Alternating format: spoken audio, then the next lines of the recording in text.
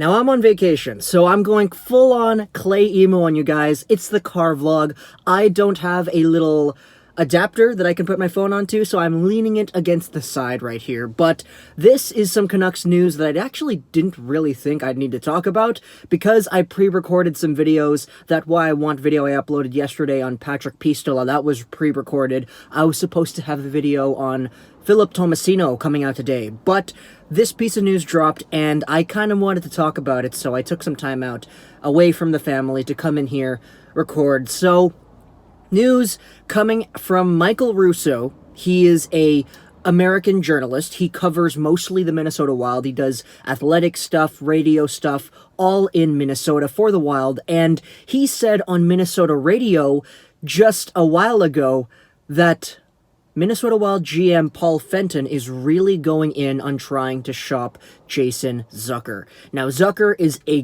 good winger for the Minnesota Wild. He got himself 60 points, 30 goals last season. This season, he got 42 points, something like that. But he's been on the trade block and on the trade rumor side of things for a while now. Everybody kind of knows the Phil Kessel thing that's going on. But Russo on Minnesota radio talked about the other teams that have been involved with Fenton and trade talk. Specifically, he goes over, I believe it was Calgary. He tried to get Frolik and Bennett away from them in exchange for Zucker. Vegas, he tried to go after Marchessault. He actually went after Christian Dvorak, too, from the Arizona Coyotes, and apparently the Coyotes said no, which is kind of weird. I'd think that you would probably accept if you were being offered Jason Zucker in exchange for Dvorak, but regardless, Phil Kessel was on that list as well from the Pittsburgh Penguins, but the last one on that list, where the tweet actually says that Russo says that the Vancouver Canucks were involved, and they hung up and laughed at this trade offer.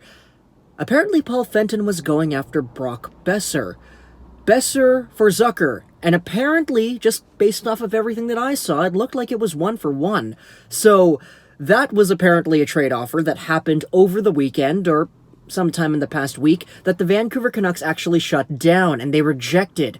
Boeser for Zucker, a 1-for-1 trade. Now, obviously, as a Vancouver Canucks fan, me looking at this and seeing it, I'm like, okay, seriously, Paul Fenton, man, what are you doing? But at the same time, it kind of makes a little bit of sense. First off, if you're Minnesota, you'd love to get a guy like Boeser. He's a hometown guy. He's young. He's great. He can probably put up 35 to 50 goals next season if everything goes right. I'm not saying that he will put up 50. I'm just saying that the potential for 50 does exist within him and his career. Just depends on when. But he's a guy that the Minnesota Wild would probably want because, you know, he is young and he is a homegrown talent. It's just that for Jason Zucker, yeah, you're going to have to add a lot if you want to please Canucks fans with a trade offer like that. Because Zucker, as we said, he is a pretty good player. He is really good at driving the play. He's totally not a bum. And I think a lot of people are kind of misunderstanding that here. Zucker does not suck, or Zuck, as you would probably say if you were trying to make a pun, but Zucker is a legitimately good NHL player. He drives the play really well. He had a kind of a down year this season with his 40 points in contrast to his 60 points 2 seasons ago, but as a 27-year-old guy, he's still got so much room to showcase himself at the NHL level. He's a really good two-way guy. So it makes sense why the the Minnesota Wild would try to use him to get other assets like Kessel or Marchessault or Boeser back. It's just that there are some offers here that don't really make sense, in contrast to all the other teams, because Paul Fenton was trying to really hook one in here with this Boeser for Zucker thing, but you look at what the Arizona Coyotes had on their table, and he was trying to undervalue them, in my opinion at least, because if you're trying to get Zucker for Dvorak 1-for-1, then it's really kind of whack, man. I think Dvorak is a much inferior player in terms of value and production and projection in comparison to Zucker, so it's kind of interesting to see that he was kind of going low on Dvorak, and he was kind of going high on Boeser too at the same time, but obviously Russo put those details out. It didn't really seem like there was anything else connected into it. It just looked like it was 1-for-1s the whole way around, so we don't really know about that. But the bottom line here is Paul Fenton's really going for it, man. He really wants to get this Kessel, Boeser, Marchessault thing done.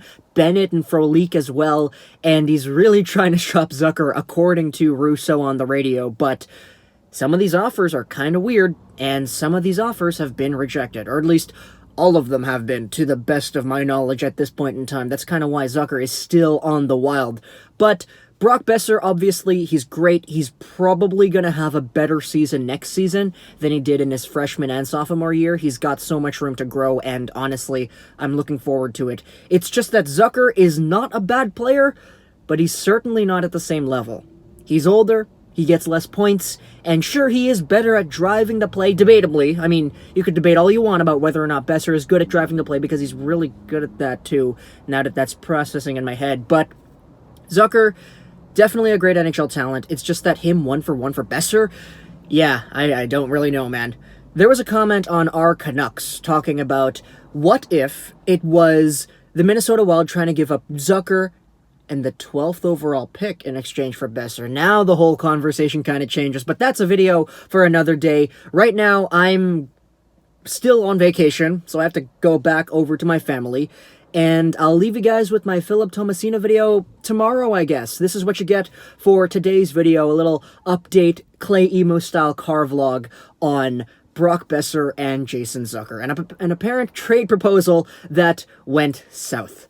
Hope you enjoyed this video. Socially, /9 gaming, and bye.